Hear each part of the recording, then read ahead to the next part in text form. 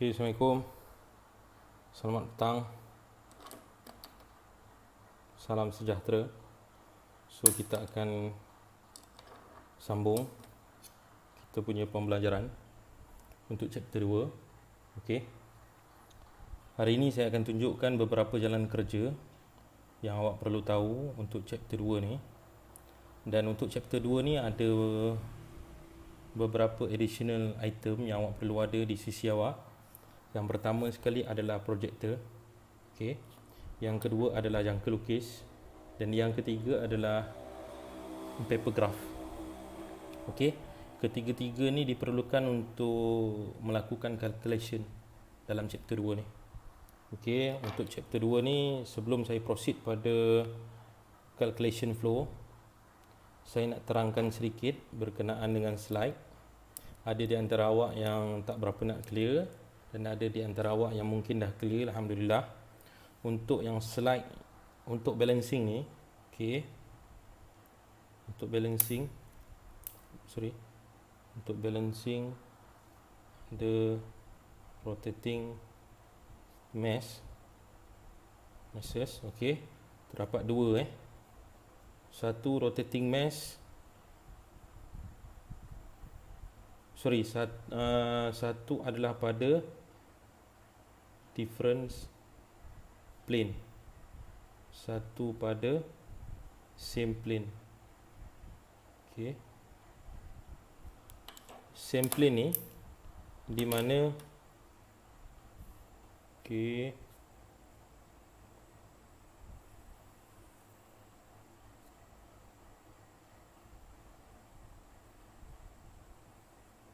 okay,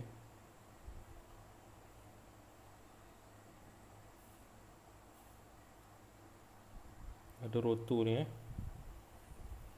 okay. Ni roto, ada same plane, ada distribution mesh pada di sini. Okay. Distribution mesh berada di sini. Okay. Ada di antaranya yang bagi kita mesh A, mesh 1, mesh 2, mesh 3, katakanlah mesh 4, mesh 5, mesh 6. Ke 6 mesh ni tak balance, dia perlu tambah lagi satu mesh dekat sini. Determine that counter mesh untuk balancekan ke semua mesh yang berada pada plane yang sama ni. Itu satu contoh soalan. Yang ni kita mau kepada static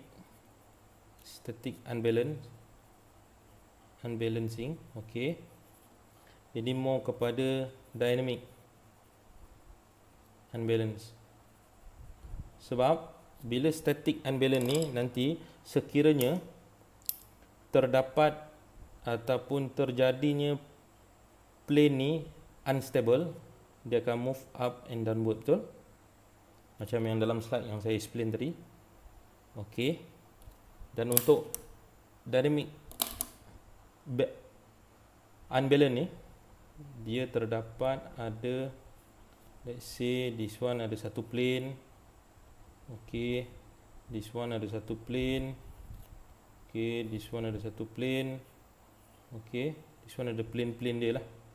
Okay, dia akan rotate pada shaft. Okay, dia akan rotate pada shaft. Ni M1, ni M2, ni M3.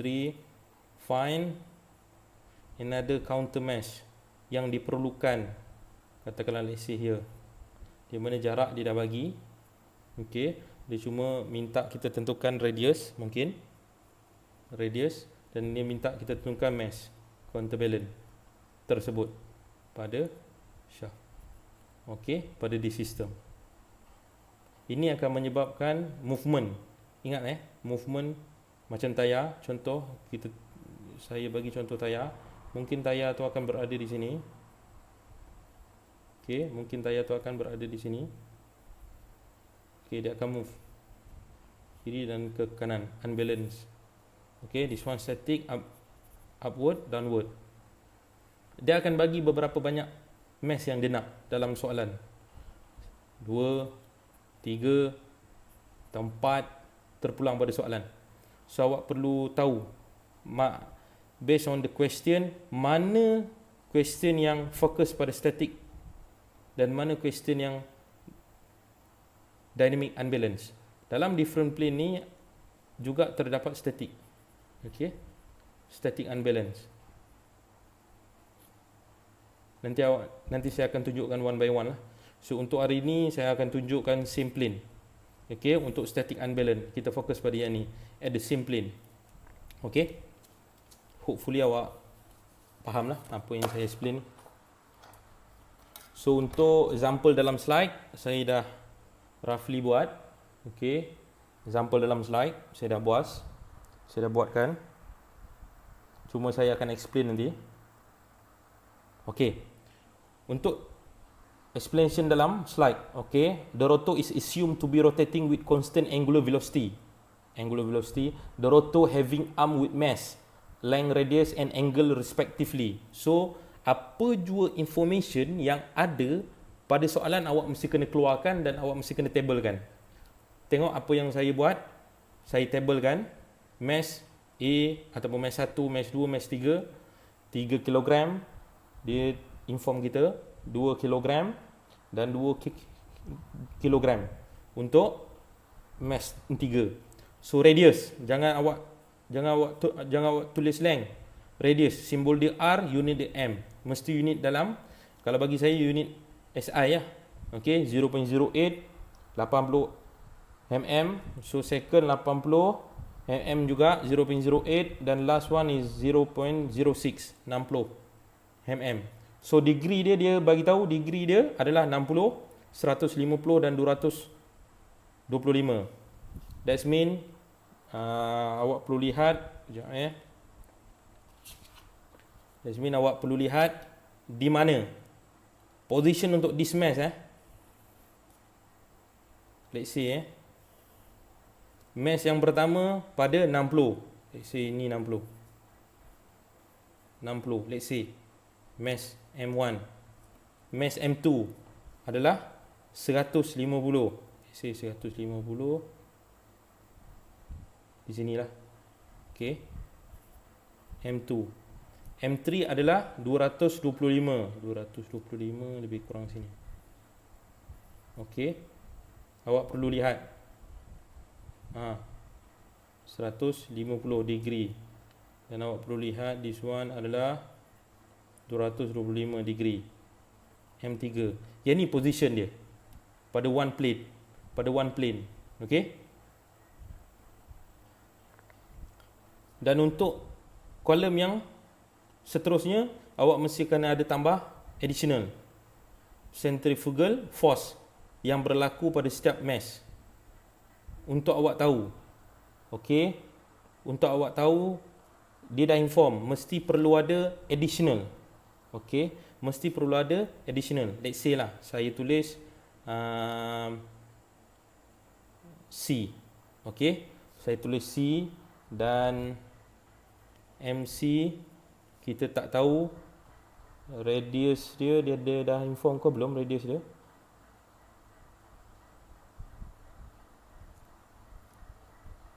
Sekejap radius dia dah inform ke belum? Okey. Radius dia tak bagi tahu, dia bagi tahu RC. Okey. Degree dia dah inform ke belum degree dia? Okey, degree kita tak tahu. Theta C centrifugal force adalah formula dia FC equals to MR. MCRC. Unit dia adalah kilogram dot meter.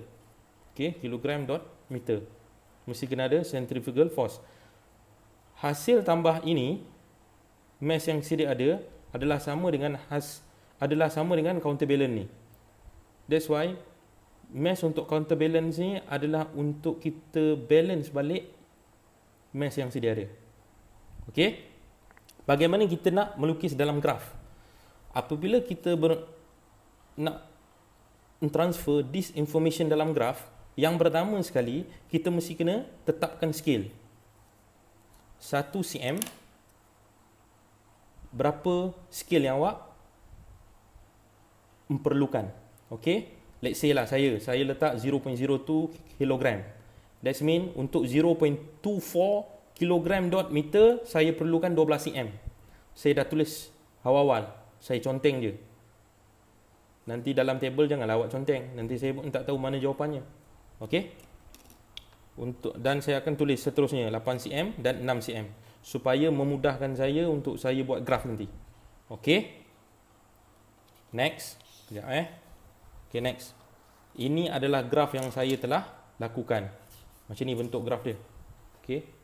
Saya tak tahu sama ada jelas ataupun tidak. Okey. Awak tengok. Scale wajib tulis. Sebab nanti saya tak tahu berapa scale yang awak gunakan. Scale saya 1 cm 0.02 kg/meter. Yang pertama sekali, apabila maklumat yang awak telah dapat, katakanlah Mass 1, dia bagi tahu kita centrifugal force yang wujud disebabkan Mass 1 adalah 0.24. That means 12 cm. Okey, kita dah tahu panjang dia 12 cm. Dan dia telah bagi tahu kita degree dia adalah 60 degree So, apa yang awak perlu buat, awak perlu ukur. Okey, awak perlu ukur 60 degree 60. Awak perlu tetapkan satu point. Okey, di mana saya nak lukis starting point kita. Awak perlu tetapkan. Okey, di mana awak buat ukur. Silah 60 degree. Awak tetapkan dan awak perlu ambil pembaris di mana awak perlu tetapkan 12 cm. You see? 12 cm. 12 cm betul? 12 cm awak gariskan. So ini adalah mewakili 0.24 kg/meter. Mewakili point 1 awak. Mass M1 awak. Mewakili M1 awak. Bagaimana kita nak melukis M2 awak? Okey, bila M2 awak kita dah tahu. M2 awak informasi dia adalah 0.16 kg/meter. Okey, dan degree dia adalah 150 degree.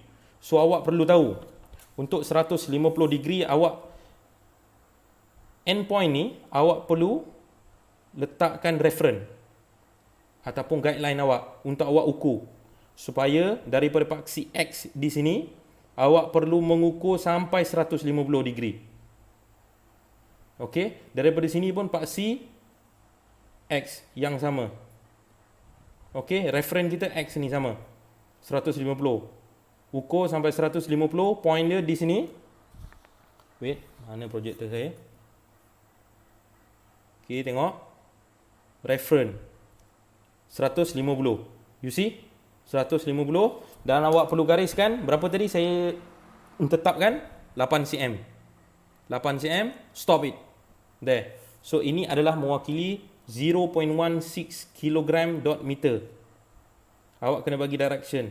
This one direction sini. Okey? Direction ke atas, direction ke sebelah sana. Okey? Dan untuk yang ketiga, untuk yang ketiga adalah 0.12 kg/meter dan degree yang dia telah tetapkan adalah 225 degree. Awak memerlukan 6 cm panjang dia. Okey. 6 cm panjang. 6 cm panjang dan awak perlu tetapkan. Kejap, projektor saya jatuh pula. Allahu akbar. Okey, awak perlu tetapkan 225. Ini memang dah confirm lah 150. Balance dia adalah di sini.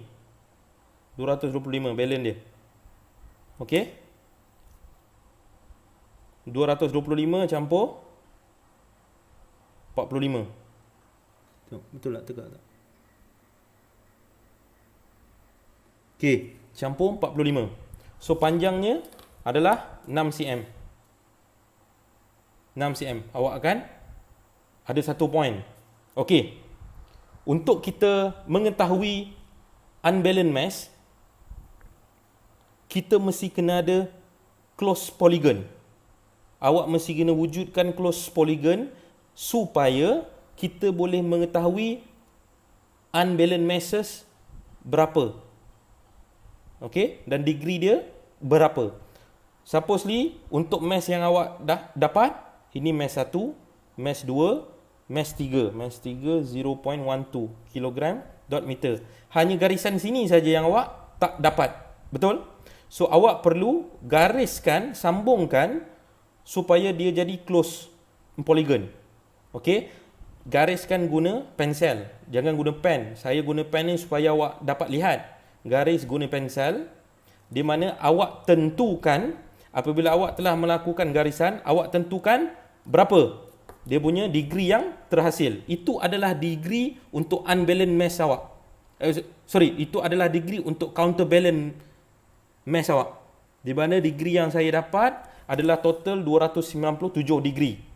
Dan panjangnya, okey, panjangnya adalah 11.7 cm.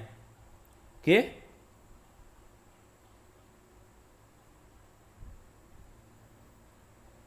Sorry, bukan 11.7, 11.4. Sorry.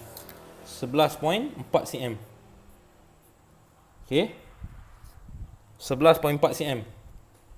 So 1 cm sama dengan 0.02 kg, betul? Kita nak tentukan force. 11.4 cm, let's say lebih kurang 0.224 something lah. 224 something. So, dalam jawapan slide awak, lebih kurang lah. Kalau awak convertkan, katakanlah, this one is 0. Kejap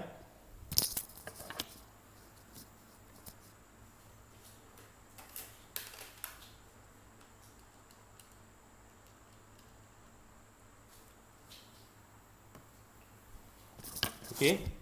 0.228. Okay. Kalau jawapan awak, kalau awak tengok slide tu, FCB adalah 0.228 kg dot meter. Awak boleh convertkan dia 22 228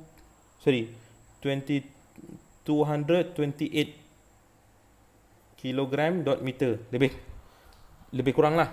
Jawapan dalam slide itu adalah 227.8 kg milimeter. Okey? Itu salah satu contoh. Ini adalah contoh yang pertama. Okey, contoh yang pertama.